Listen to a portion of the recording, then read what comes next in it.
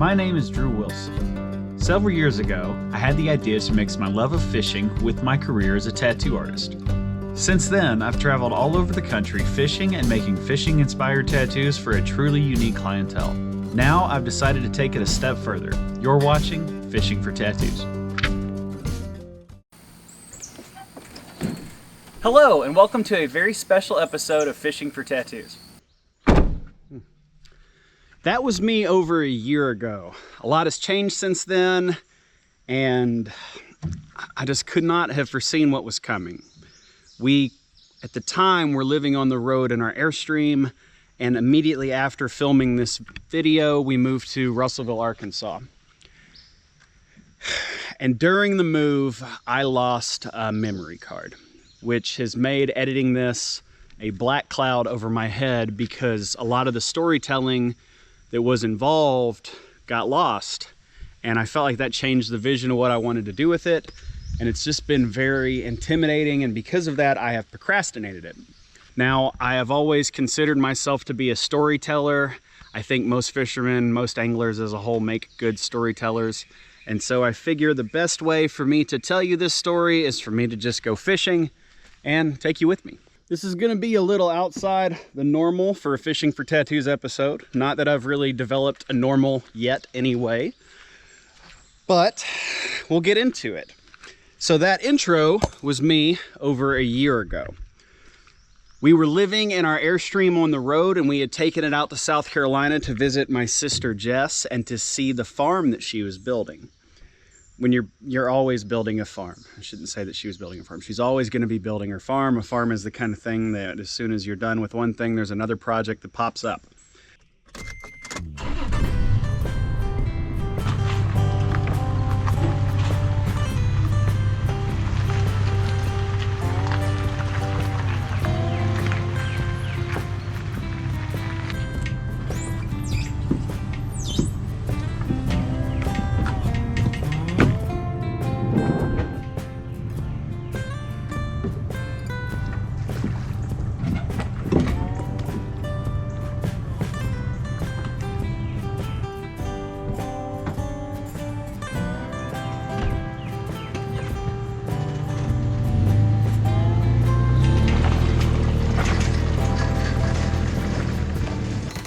Now, before I can really get into the story, I think it's important that I tell you a little bit about the main character, my sister Jess.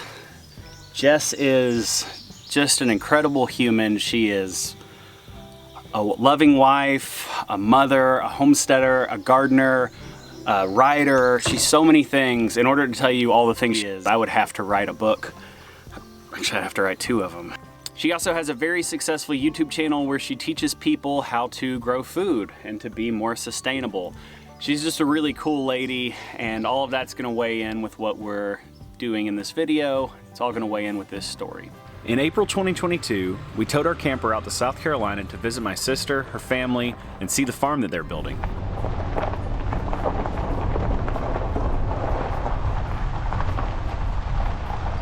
One morning we were having breakfast in the camper, and Jess told me that she thought she wanted to get a fishing tattoo, but that she didn't know what kind of fish she wanted. I think I want to get a fish tattoo, but I don't know what kind of fish I want. Jess had also asked me while we were there to assess her pond to see if we could figure out a plan to get it on track to becoming a sustainable food source for their homesteading, as well as a potential fun trophy fishery, game fishery for her kids. And I immediately started scheming to figure out how we could turn this and her getting a tattoo into a Fishing for Tattoos episode. Now, I'm not a biologist, but I love the idea of fishery management, particularly in ponds, because they're like a semi-closed ecosystem usually, if there's not like a creek feeding in. And so I immediately started fishing it, and I fished it for days, just trying to get an idea of the fish population, what species are in there. And oh, I'm gonna pull over at this little dam over here and get out and try to catch something. It looks like there's some activity, and then we'll get back to this story. Those are fins. About to get an opportunity at some gar that a person just usually wouldn't get. Let's see if this will work. Here it comes. Oh my goodness, this is so exciting. I love casting to a fish that's just over 3 foot like that, just casually casting at 3 foot plus fish.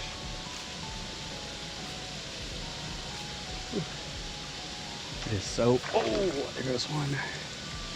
Okay, here we go, this could work. Man, it's so hard when you can't stand right on top of them with a hook. This is unbelievable. There we go. Here it comes.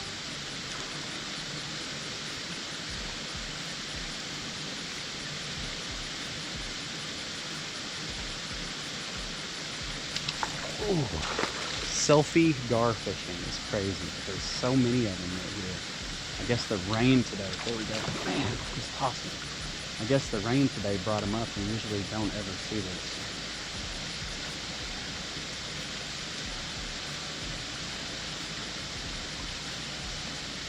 But here we go. This will be a fish. Good one too. See if he'll stay on. Ooh, that's a dark one. Never see him this dark.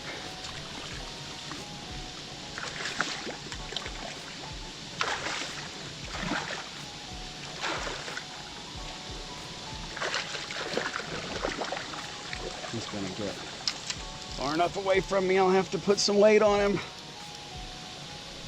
Here we go. Come on, buddy. Drag you right up here. I don't really want to put you on the rocks. Oh, under the boat. That's a good move. Right up on the wire.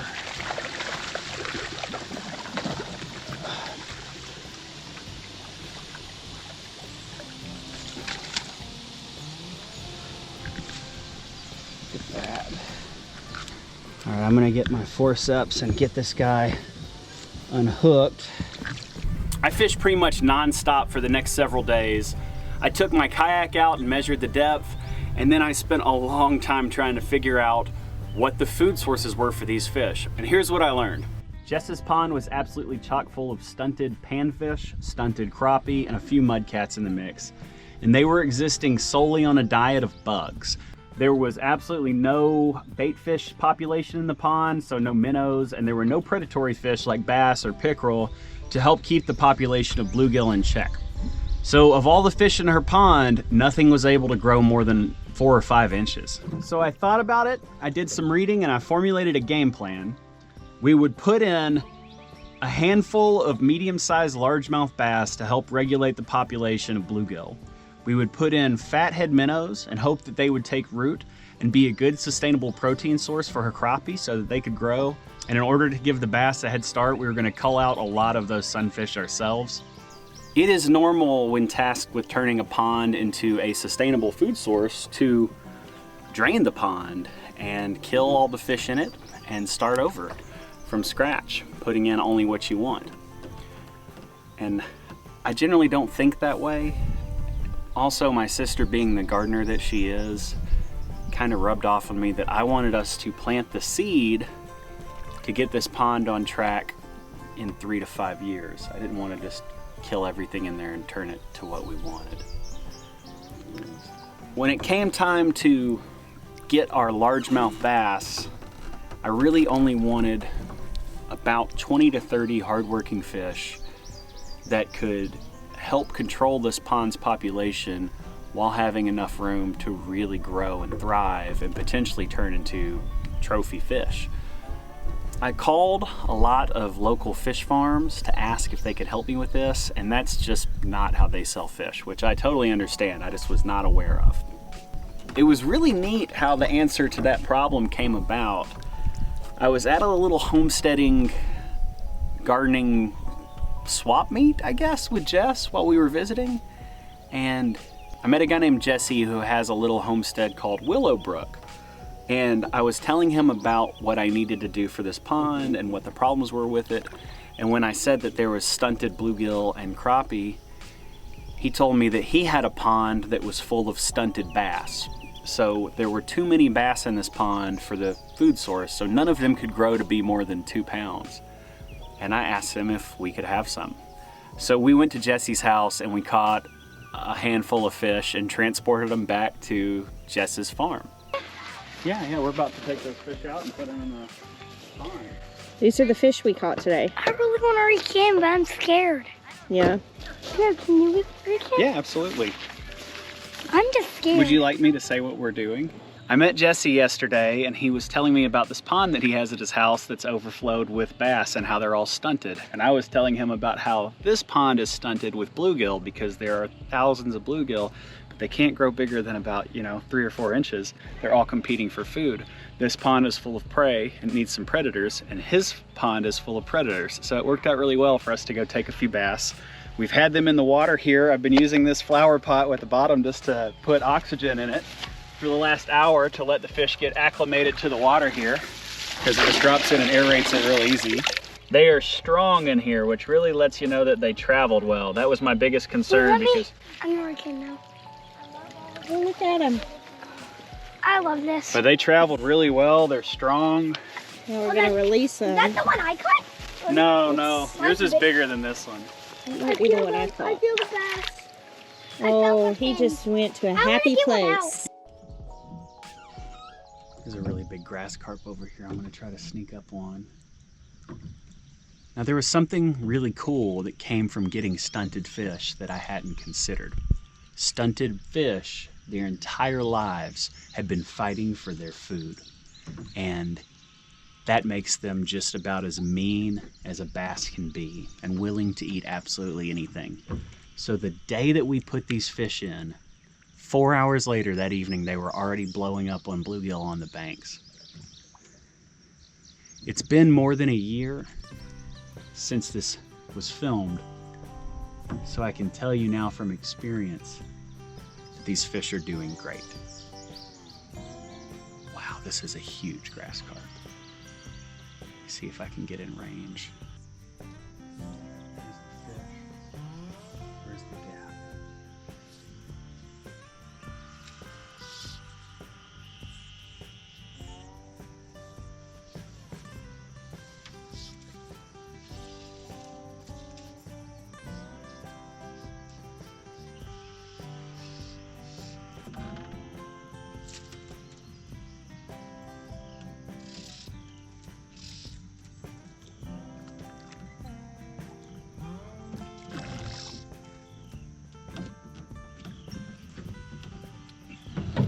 Well, that's not a grass carp. I'm not carpy enough to know, but I would say that this is probably a...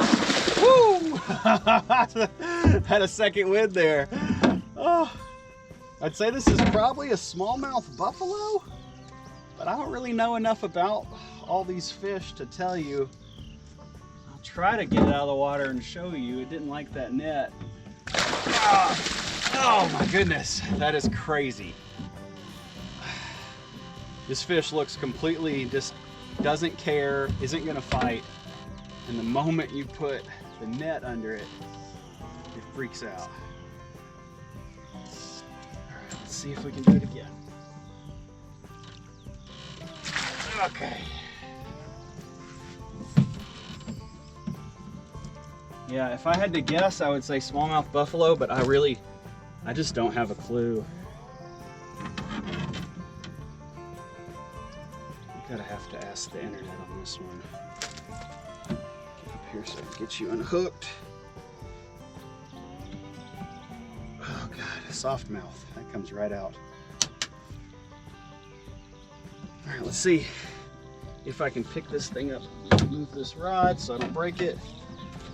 See if I can pick this guy up and get him back in the water.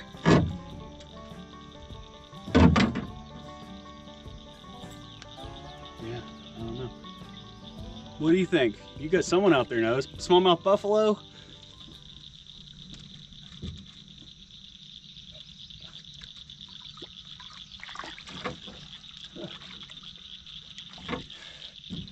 Oh, weird fish. Either way, I'm thankful it let me catch it. Then came the culling. Now, I am not a big fan of killing any fish, much less a fish that I'm not going to eat. But Jess told me that we could plant these fish below tomato plants and that they would add nutrients and nitrogen to the soil, and that it would be very helpful for their plants. And because the pond needed to lose probably 1,000 at least sunfish, bluegill, I figured that if we did 100 to 200, if it helped to grow food, then I was happy to do so. There are absolutely so many stunted bluegill, green sunfish, panfish, all of them in here, whatever you want to call them, that I can come down and get a bucket of fish in probably 15 minutes or so, just throwing some nymphs under indicators on my fly rod. Yep. Oh my gosh. Pull them right on up here to me. Look how tiny he is. It's the weeest little fish. You little bitty, but that's how they all are. That's a crappie. This is a bluegill. Oh. It's like a greenback sunfish, I believe, but I just classify them all as bluegill. But yeah, tiny. They're all stunted like that.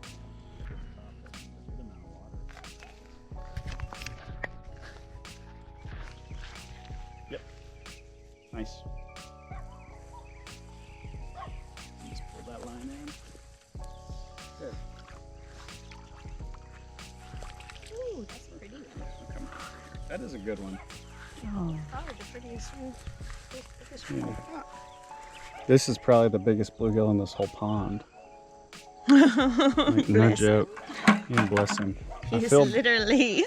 I feel bad to take like some of the bigger stuff and to get rid of them, but gotta get rid of numbers. Yeah. Look at his pretty blue cheeks and his yellow belly. Look at this blue. He'll grow a nice tomato plant.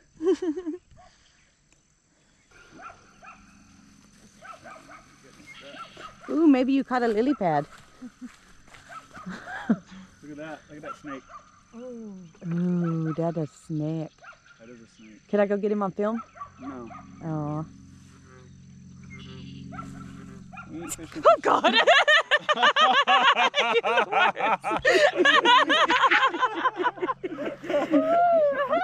at that, a snake. That's you, a snake. Since it's been more than a year since we did that, I can tell you that those tomato plants are doing great. The next step, and the most important part, are the fathead minnows. Fatheads can spawn almost year-round in South Carolina. It's a neat thing. Fatheads generally spawn from May until August, where I live now in Arkansas. But because South Carolina is in gardening zone 8A, they can dabble in citrus. It's just a little bit warmer weather, little lower altitude. And from what I understand, you know, now I'm no biologist, but from what I've been told from the people who grow them out there, fatheads can spawn almost year round. Oh wow. Hey Dad, will you hold my drink? Oh, so it's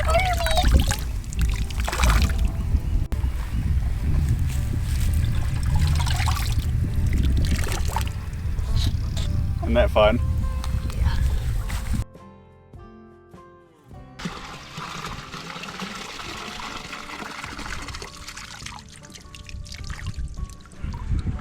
Last guy. It's okay, buddy. It has been more than a year since we introduced the fathead minnows to Jess's pond, and I can tell you now that they are doing great. We are doing Jess's tattoo at Sickle and Moon Tattoo in Columbia, South Carolina. I did a few days at this shop and they treated me like I was an old friend, which after living on the road for a year was very nice. I want to give a big thank you to those guys for hosting me and for allowing me to film in their shop. When it came time to do Jess's tattoo, there was really only one design that I had in mind that would pay tribute to the work that we had done, and that is a bluegill sunfish with some tomatoes. They are the ones that put forth the most sacrifice and brought also life and prosperity and growth to the farm, so we got to pay tribute to them.